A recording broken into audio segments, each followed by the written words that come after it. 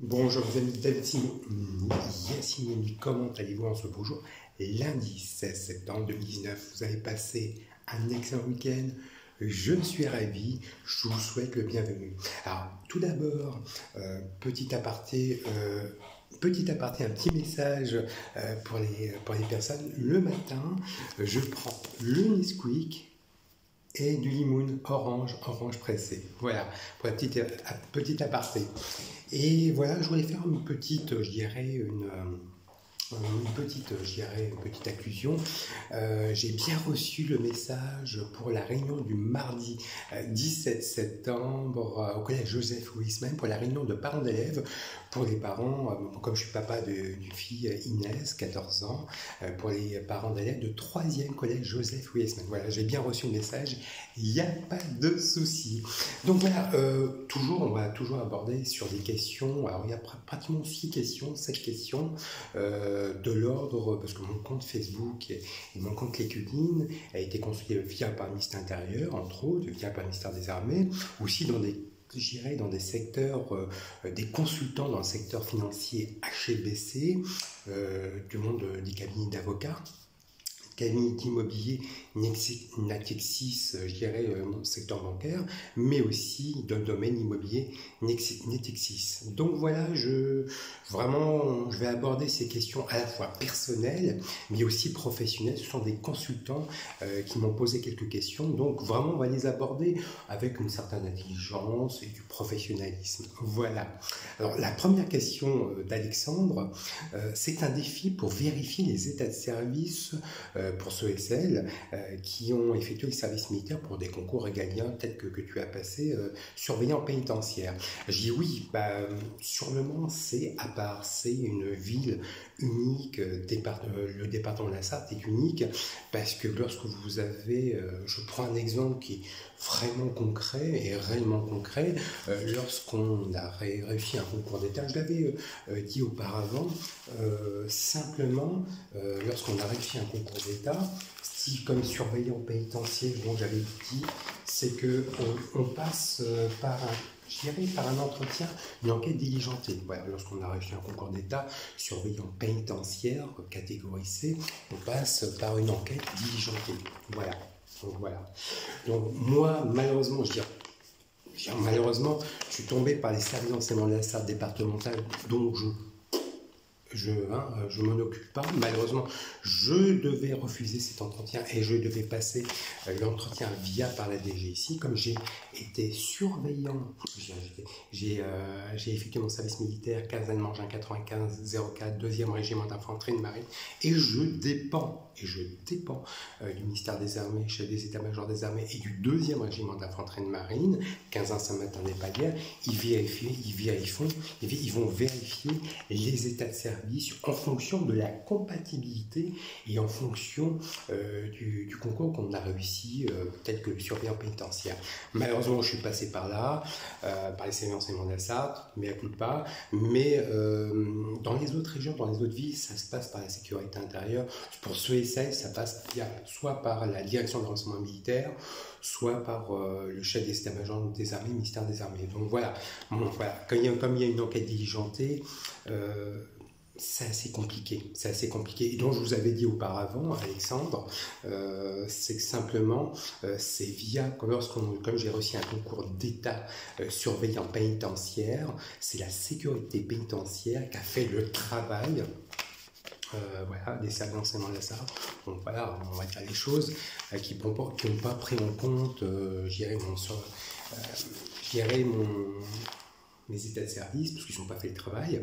Et puis ils ont contacté la sécurité intérieure, les services de renseignement de la direction des renseignements militaires, et puis la DGSE. Donc voilà. Donc, mais non, il faut vraiment faire les choses correctement. Il faut être professionnel, réellement professionnel.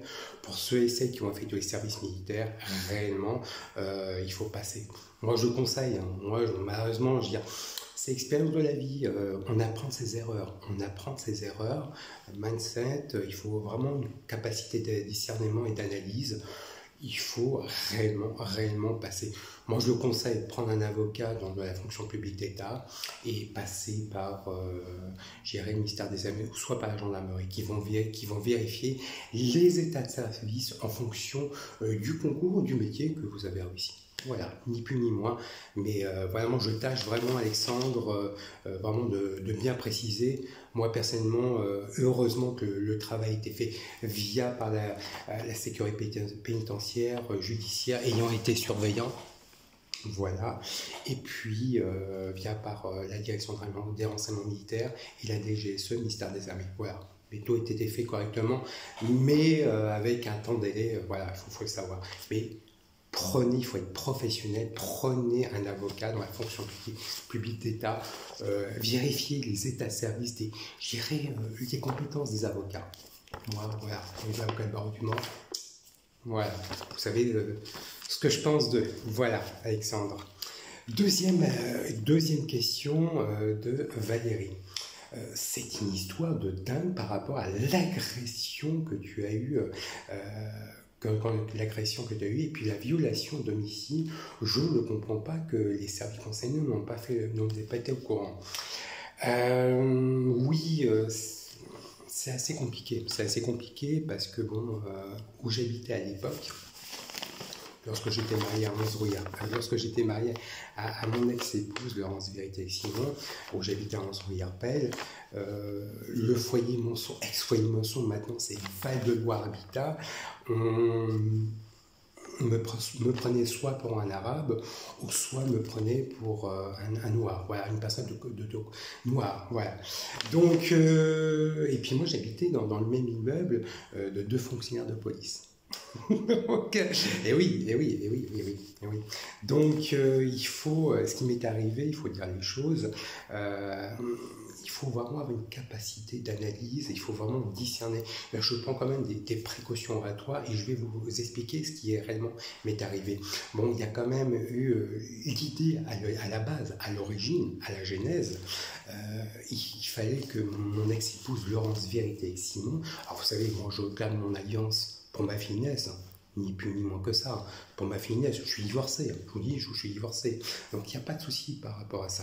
Mais l'idée à la base, à la genèse, c'est que mon ex-épouse, Laurence Vérité, ex-Simon, disait, et comme elle savait que j'allais effectuer le service militaire. Donc service militaire, professionnel, civique et militaire. Donc j'ai fait mes classes au 2e régiment d'infanterie de marine et un service professionnel. Voilà, donc il n'y a pas de souci à ça. Et puis par rapport au changement de nom, donc elle ne pouvait pas passer à travers. Donc via par Maître Caroline David, ex-Léon, via aussi par Maître Alain Pigeot, parce que Maître Alain Pigeot et Maître Caroline David, ex-Léon, était dans le cabinet de Maître Alain Pigeot. Maître Alain Pigeot savait que j'ai fait tous les services. Pas Maître Caroline David, donc je voulais vraiment rendre un hommage, elle le savait, mais trop tard, voilà. Donc il y a vraiment, je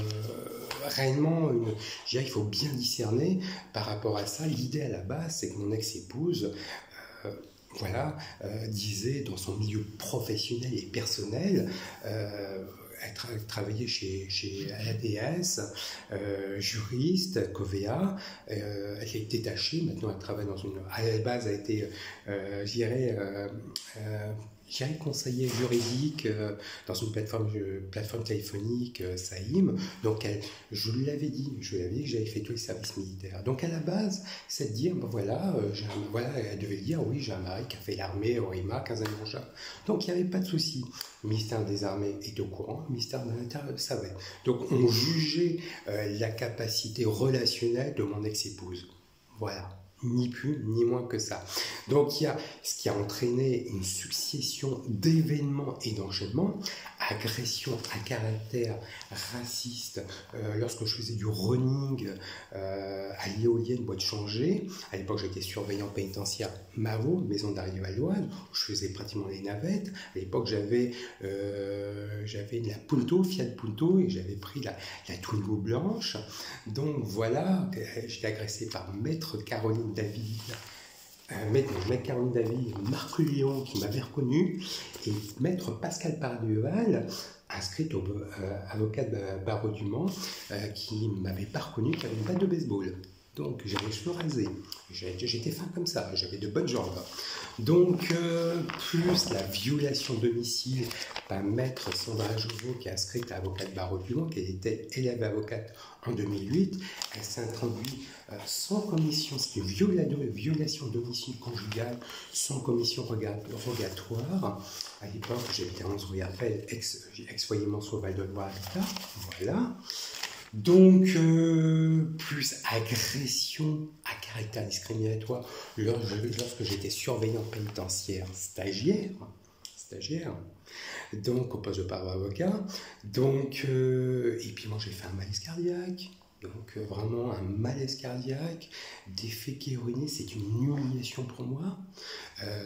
J'habite dans le 21 rue Hippolyte Lecornuet à 72 000 Le Mans, où ceux et celles qui habitent ici, l'entourage habite ici, dans ce titre-là, 21-23 Hippolyte Lecornuet, surtout le 23. Donc voilà, on se retrouve au boulet. Donc vous voyez un petit peu l'acheminement. Et je dirais, déclaration mensonger à l'époque. En plus, j'avais rencontré la famille royale marocaine à 11 rue Herpel, il y a 10 ans, 11 ans. Donc ils n'étaient pas au courant. Donc moi, j'avais tenu un secret de réserve. Donc, agression de caractère discriminatoire, les avocats, et vous comprenez, je dirais, l'équation, policiers nationaux du Mans qui ne voulaient pas avoir poste de avocat parce que je suis militaire, policiers municipaux parce que ils me traitaient de branleur, je dis arrogance, on arrête de se masturber l'esprit parce que ils étaient jaloux de moi, plus additionner des avocats de barreau du Mans parce que maître Julie Cange savait que j'allais me faire agresser et m'avait prévenu, je n'avais pas tenu rigueur, je me croyais intouchable, donc voilà. Ni plus ni moins, il m'avait prévenu qu'un franco-marocain, il n'acceptait pas un franco-marocain berbère sur des postes à profil. Bon, je n'avais pas tenu rigueur. Et puis, c'était une non-assistance à personne en danger. Il y avait dans mon agression à caractère discriminatoire, lorsque j'étais surveillant pénitentiaire, il y a eu des avocats qui étaient présents à mon agression, qui avaient vu comment je me suis fait agresser. Donc, non-assistance à personne en danger. Homicide involontaire, j'ai fait perdre ma vie, malaise cardiaque, des fécus urinés, réellement. Donc, honnêtement, il y a eu un élément légal, un élément matériel suite à ça. Donc, je n'invente pas. J'ai eu une audition. Donc, ajouter à ça, je dirais, pour un divorce, bon, c'est pas le divorce que je m'en moque du divorce. Ils ont réduit les droits parentaux. Voilà par rapport à ce qui m'est arrivé. Fausse déclaration mensongère par Madame Destré, née Péchard Valérie, qui habite au 15 rue de Fleur, qui avait dit que je n'avais pas rencontré la famille royale marocaine. Et si, j'ai rencontré la famille royale marocaine, la famille royale espagnole et la famille royale britannique. À l'époque, j'étais surveillant pénitentiaire et j'étais marié à Madame Laurence Vérité-Simon. Et rien de subordonné, mais si. Tu connaissais mon ex-épouse, c'est toi qui m'as fait connaître, via par Manu.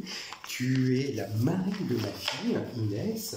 Tu étais présente à mon mariage, voilà, à l'hôtel de ville. Tu vois les photos, je n'invente rien. Donc, tout ça mis bout à bout, et je peux vous assurer, regardez, j'ai même des photos de mes parents avec ma fille Inès à la naissance, regardez. Puis elle n'est pas toute seule, ma fille Inès, elle n'est pas toute seule, il y a mes parents, regardez. Donc voilà, c'est important. Donc ajouter à ça, et puis l'hôtel de ville du Mans, j'ai fractionné à l'hôtel de ville du Mans parce que, je dirais, j'habite juste à côté de la maire adjointe Hélène de Bost. Voilà. Et oui, service maire adjointe, service jeunesse. Et des militaires communs, j'ai été agressé par les services d'enseignement de la Sarthe qui n'avaient pas le dossier administratif, bien sûr, parce que j'avais changé mon nom via par maître Caroline David, mais aussi, je dirais, par rapport à maître Caroline David, mais mon dossier militaire est au 2e régiment d'infanterie de marine. Voilà. Pour ajouter à ça, c'est quand même beaucoup de choses pour pas grand-chose. Il y a beaucoup de choses. Beaucoup d'éléments, vraiment, et je peux vous assurer, à l'heure actuelle, j'habite au 21 Hippolyte Cornuet, vous allez analyser, regardez réellement un petit peu l'acheminement. Où j'habite actuellement, tapez 21 Hippolyte Le Cornuet, 72 000 Le Mans, tapez Google Earth, vous allez voir où j'habite. Regardez où j'habite, où habite mon ex-épouse et ma fille Inès, 15 avenue Paderborn. Entre les deux, vous voyez l'hôtel de ville. Quinconce des Jacobins, le TGI Le Mans. Vous regardez le compte Facebook des avocats de barreau du Mans, dont la photo elle date de Mathusalem. Ça a bien changé les avocats de barreau du Mans. Donc moi, je ne dépends pas de l'hôtel de ville, je ne dépends pas du TGI, je dépends du ministère des Armées. Voilà. Et vous faites un petit peu la cohérence directement. Voilà. Et j'avais dit au préalable, et je le reconnais, dans un état de droit, on respecte les acteurs judiciaires, on respecte les avocats et les avocats. Mais j'ai été agressé au poste dont les acteurs judiciaires ont commis une faute, ils voulaient me voir mort. J'ai failli perdre ma vie. Donc je comprends que quand j'ai dit je ne prends pas en considération le TJ Le Mans et les avocats de barreau du Mans, dans un état de droit, on respecte les avocats et les acteurs judiciaires. J'ai effectué le service militaire. J'ai un devoir républicain par rapport à ça. Voilà. J'ai l'esprit républicain. Mais vous comprenez aisément que vu ce qui m'est arrivé, j'ai failli perdre ma vie, des faits qui est ruiné, c'est une humiliation. En marocain, c'est l'archouma, la honte. La honte. Donc vous comprenez aisément que je ne prends pas en considération les avocats de Bardon. Ils étaient acteurs et actrices de mon agression à caractère discriminatoire. Donc voilà, c'est important de préciser. Mais dans un état de droit, on doit respecter les acteurs judiciaires et les avocats. Ça, c'est très très important et je le tiens à le souligner. Voilà, ça c'est important de le préciser. Donc troisième question, Danissa. As-tu été abordé au centre-ville dernièrement? Alors j'ai été abordé, oui, il n'y a pas si longtemps que ça, lorsque je suis allé, quand j'ai fait la commande de livraison pour la fête de ma fille Inès, et j'ai été abordé juste au docteur Avenue Général de Gaulle par de franco-maghrébins. Je ne savais pas quelles étaient ses origines. Il m'a dit, mais oh, c'est un arabe. Non, non, je ne suis pas un arabe, je suis franco-marocain berbère. Donc, et puis à partir de ce moment-là, ils m'avaient tenu tête. Mais je leur ai dit, mais vous faites la différence entre un franco-marocain berbère et un arabe? Et bon, ils étaient en mode interrogation, et je leur ai dit, si vous ne faites pas la différence entre un franco-marocain berbère et un arabe, vous êtes raciste contre les berbères et vous êtes antisémite contre les personnes de confession juive. Là, ils étaient en mode constipation passagère. Et je leur ai dit, vous savez, moi j'ai effectué le service militaire, vous me connaissez, regardez mon compte Facebook. Et je leur ai dit, et je lui ai fait voir ma copie de texte intégral naissance, j'ai changé mon nom, je suis d'origine berbère, et j'ai eu la chance de rencontrer la famille royale marocaine. Et là, il commençait vraiment à cogiter, réellement. Et ça vous parle, Imad Ziaten, Ilan Halimi, ça vous parle, Pelerzam? Et là, ils étaient en mode masque de fer. J'ai eu la chance de les connaître. La comparaison, je suis un franco-marocain, français d'origine marocaine. C'est important de le préciser. Et là, ils étaient en constipation passagère, du Colax. Et là, ils disent, bon voilà, je leur ai dit, je vais vraiment sensibiliser en expliquant quelle est votre définition d'arabe et d'arabilité. C'est pas parce que j'aime les chevaux, l'équitation des pur sang arabes que je suis arabe. J'ai fait l'armée, ils savent mes origines culturelles. Donc à partir de ce moment-là, ils ont un voile intellectuel, ils ont une barrière qu'on les a transmis derrière, ils ont tellement focusé et focalisé sur arabe, qu'ils n'ont pas vu qu'on est des Français d'origine marocaine. On s'inscrit, lorsqu'on est né au Mans en France, Français d'origine marocaine berbère, on s'inscrit dans la communauté République française. C'est comme ça. Et je leur ai posé la dernière question. Lorsque vous votez aux élections, vous êtes français ou vous êtes arabe? Et là, constipation passagère, ils sont partis. Moi, je me sens français, je suis né au Mans. Donc voilà. Donc la petite question, c'est important, Anissa. Voilà. Une question d'Arnaud. Que pensent les avocats de barreau du Mans concernant leur confrère Maître Sadler concernant la fausse déclaration mensonger? Et moi, je prends quand même des précautions en retour à Arnaud. Parce que bon, il y a plus de 160 avocats concernant les avocats de barreau du Mans. Plus de 160 avocats de barreau du Mans. Voilà, plus de 160 avocats inscrits au barreau du Mans. Je prends quand même des précautions. Je l'ai dit, hein, dans un état de droit, on respecte les avocats. Mais non, non. Moi, ils étaient acteurs, actrices de mon agression, caractère discriminatoire, leur j'étais surveillant pénitentiaire. Donc il y a vraiment, on va à la plus haute juridiction de l'ordre judiciaire français qui vérifie les ordres, les décisions de justice en matière physique, en matière, je dirais, civile, pénale et commerciale. Donc non. Sincèrement, moi je suis dans un esprit de pas de revanche, dans une dynamique, je ne peux pas refaire ma vie au Mans. Donc voilà, j'essaie de régler cette partie judiciaire, et après, dès que j'ai réglé cette partie judiciaire, je vais partir. Mais je prends conscience un petit peu, je m'écarte un petit peu de la question réellement, Arnaud, mais dans cette question, je règle cette partie judiciaire, et il y a cette équation que je dis toujours et je dirai toujours,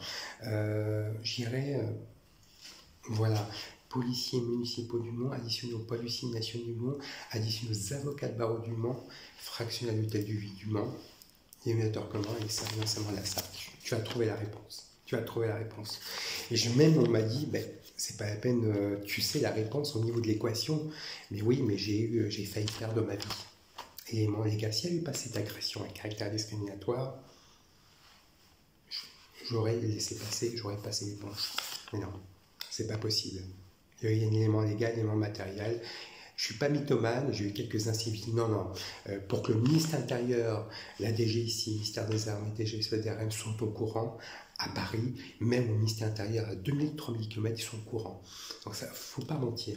Il y a une transparence, il y a une exigence de transparence et de moralisation. Ça, c'est important de préciser. Voilà pour la question. Une question de Dafraré. Je ne comprends pas que Yacine, qu'on voulait te voir mort au poste de paroquin lorsque tu étais surveillant. Et moi aussi, Dafraré. Moi aussi, toute vie humaine et terrestre est précieuse. Encore une fois, cette agression à caractère discriminatoire est condamnable en justice. Donc j'ai pris les instruments juridiques ou pénaux qui me sont à ma disposition. Réellement. Donc on va pouvoir en cassation. Voilà. Et puis mon ex-épouse, Laurence Vérité Eximon, est au courant. Bon, voilà. Donc et ça conforte au niveau de l'équation. Voilà. Sixième question de Christophe. Tu habites actuellement, au 21 rue Hippolyte-Cornuet, à côté d'un agent général. Est-ce la causalité de ton agression? Je dis pas non, je prends quand même des précautions oratoires.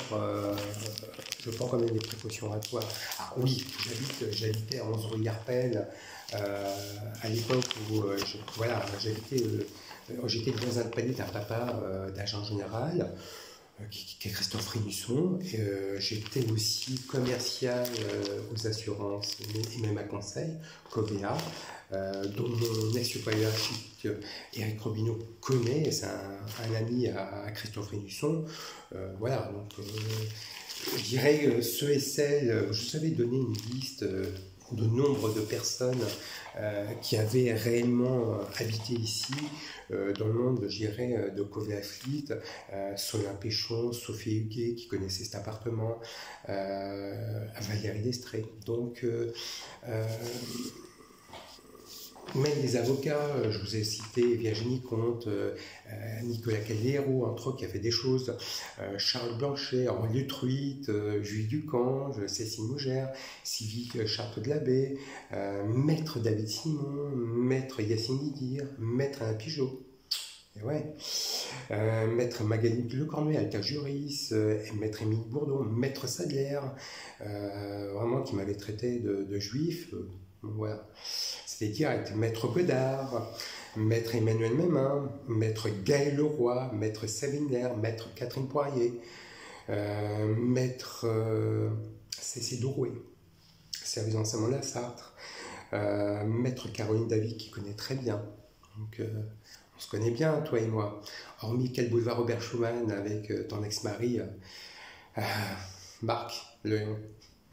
Donc, Hubert Renaud, Maître Delphine Bédoué, Maître Pascal Paré-Duval, qui connaît très bien cet appartement, Nelly Jousserand, Nathalie Drouet, les frères Drouet, Virginie Comte, Guillaume Collard, hein, qui ne connaît pas Guillaume Collard avec votre ami Philippe Sadler, extrême droite. Bah oui, que dire de plus? Céline Brunetière, Nelly Jousserand, donc beaucoup de personnes. Beaucoup de personnes. Donc, il me paraît très très important. Il y a, je pense quand même des précautions oratoires. Donc voilà, c'est pour ça que je règle ceux qui m'ont agressé ceux qui m'ont agressé quand j'étais surveillant pénitentiaire, ceux qui m'ont déféqué. C'est pas pour rien que j'ai fait des selfies. Comment ça s'appelle, chez Librairie Doucet. Un des salariés habite directement au 21 rue Pasteur. Il était au courant que il m'a agressé, je peux vous assurer. C'est pas pour rien que je fais des selfies.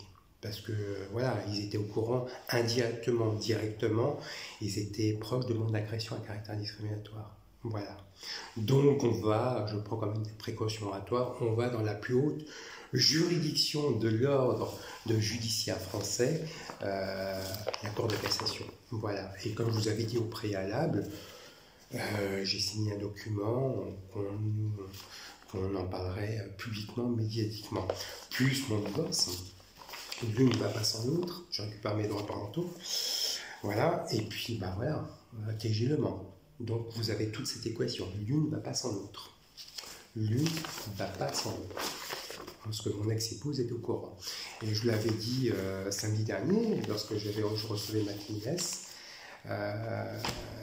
je lui avais posé la question, alors tu es prête, Laurence? Elle m'a dit, prête à quoi? Bah, prête pour aller en cour de cassation, on y va là, on est dedans là. Et là, elle était en masque de fer, constipation passagère, vous imaginez. Hein. Donc, elle a compris qu'elle a fait des erreurs. Et je dis, tu te rappelles bien de cet appartement, tu as fait des bêtises. Ton père, Léon Vérité, père son âme, était... Donc voilà, il y a beaucoup d'incivilités. Moi, la nuit dernière, la nuit du dimanche à aujourd'hui, on touche à la sphère religieuse.